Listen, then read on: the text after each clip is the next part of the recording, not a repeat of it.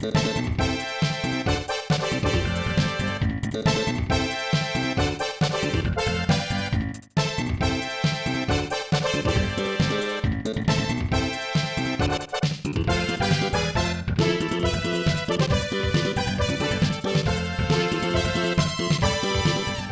welcome guys, thanks for checking out this video. This is Jay from rightsprite.co.uk and I'm going to be covering a Level Hike's HDMI adapter for the Super Nintendo. Now, I actually did a video in the past and that was basically one of my very first videos, and a couple of things have changed, so I thought I'd do a bit of a remake or remaster and answer some of the questions that were given to me in my original video. And also, there's been some great support already for that video, and communication by Level Hike has been pretty awesome. So I'd just like to show my appreciation. Now, I'm almost at 2,000 subscribers at the time of this video. If you can just help and support this channel by easily just clicking like or even subscribe, that'd be much appreciated. Now, let's just get into a quick unboxing and an actual reveal on what the quality is like with these adapters. So here's a quick look at the box of what you get with your purchase. Have a quick nose and let's see what's inside. As you do open, you are greeted with the message that all of the products are brand new. If the product is received as being opened or shows some sign of use or scratches or even broken seal, fortunately it may be a product which has been returned by another customer but has been resent under the Amazon return policy. But as we are not selling this through Amazon and through the direct link, you won't see this problem. But if you do, the contact details are in the description box below and a new one will be sent to you straight away. So altogether we have the HDMI cable on the left and then we have the micro USB cable in the middle, and as you can see it is a pretty decent length and a pretty decent quality. And this is what you use to actually power up the adapter of what you see on the right. Well, we all know what HDMI cable comes like, so it's about 1.3 meters. It's not as cheap as you find in the Poundland, but it is pretty decent quality. And then here is the adapter itself.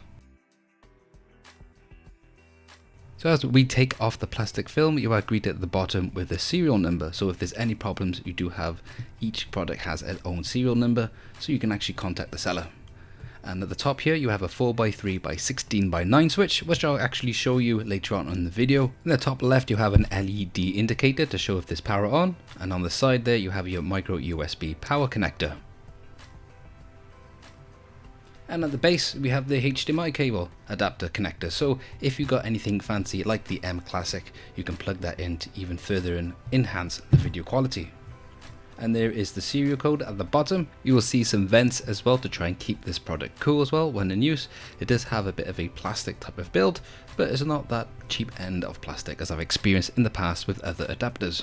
To set up your adapter, you simply plug into the back of the console like so, and then you get your USB micro into some sort of USB power, and you plug that in, and then you got your HDMI in to your main TV, and you sir or madam are ready to go.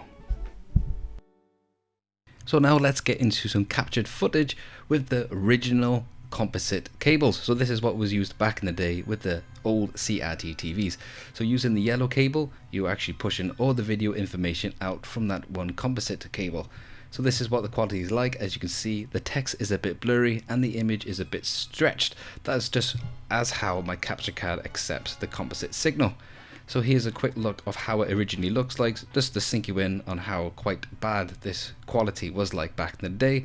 So when you're using this type of quality on a HD screen, you are going to see even further mess because the composite signal is a bit of a nightmare to work with a HD screen. With the power of editing, let's just actually fix the screen into this 4:3 ratio to actually give you more of a perspective of what the image quality was originally like with these cables. And now let's head over to what the HDMI cable is like with the Level Hike. So as you can see with the cable, the Capcom logo is a lot clearer and sharper and the colours are still well balanced.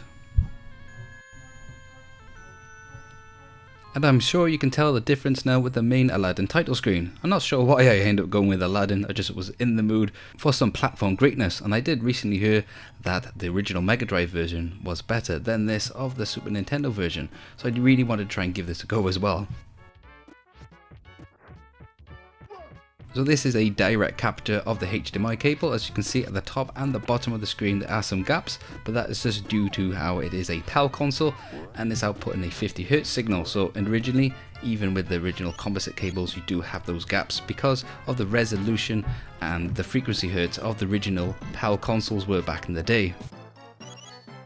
So let's fix this with the power of editing, and now let's head into a side-by-side comparison to really get you a better understanding of what the quality is like with these HDMI cables. So we have the composite cables, the original ones on the left, and then we have the HDMI on the right hand side of the screen. For some reason with my editing software, you will see the left hand side with the composite has kept its original aspect ratio, but I can't seem to actually fix that to 4:3. But for some reason the HDMI is fine because it has that 4:3 by 16:9 switch.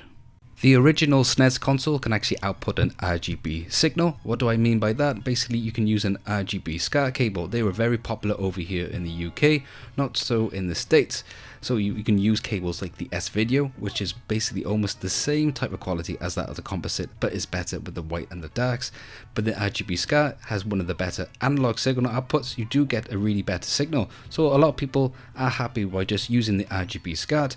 But as there are not many connectors out there for new HD screens, I do find a great benefit using these adapters as they tap into the RGB signal, splitting the colors and the whites and the blacks, and that's why you get a clearer image. With the 4:3 by 16:9 switch, when you toggle between the 16:9, it will completely fill the screen with that aspect ratio. But as these games are built and designed in 4:3, I don't really recommend it, but a lot of people are a fan, so if you want to fill your screen, you do have that option. Now just for another quick example of another game, let's head to one of my favorites, F-Zero. I have to give you an example of this. Any excuse of me playing this game, I don't mind going ahead and doing it myself. So you can actually see the quality again with the composite signal on the left and then the HDMI signal provided by Leverhike with the adapter on the right hand side of the screen. So these adapters themselves has been notified that they do get a bit warm. That's why they do have those vents, but it is recommended by the seller themselves that do not actually have these plugged in all the time, so they're not continuously powered on. What I do personally is just have the USB connected to the TV itself, so the adapter is not plugged on until you actually turn on the TV as well. So these adapters have lasted me now for almost over a year and they have no problem still. A great feature with this adapter that it also upscales the image to 720p from its original resolution of 240p. There are a lot of HD TVs out there that have analog ports but cannot accept the original low resolution signal of the Super Nintendo's 240p. With this upscaling up to 720, this will make your beloved SNES console compatible with almost every HD TV, and it works absolutely great with my main 50-inch 4K TV. Leverhike, the actual guys behind making these adapters, the communication has been really great and I appreciate him contacting me throughout this time to review his projects so for you guys to get a better understanding. They also provide HDMI adapters covering almost every older console, so some are actually better than others I found. With the Super Nintendo one I found works really amazing, and the sound quality, I personally never experienced much of any loss in the quality. With my new 4K TV not having any analog ports now, I find these adapters pretty awesome to get your older consoles up on your brand new HD TVs. As this SNES adapter provided by Leverhike is the same connection of the N64 console and the Nintendo GameCube, you will find that this is more of a 3-in-1 adapter. It's a slightly different experience with the N64, so I recommend checking out that video that I've done in the past to get you better understanding, and you will find this information and the links in the description box below, and also a place where you can purchase one for yourself. So guys, you will find even further content on covering videos on these adapters in a playlist that I'll just pop up there and also in the description box below. And always, as I end my videos, thanks for watching, and if you liked it, hit that button. If you want to help and support, click subscribe, leave your comments below, and I'll catch you guys on the next video.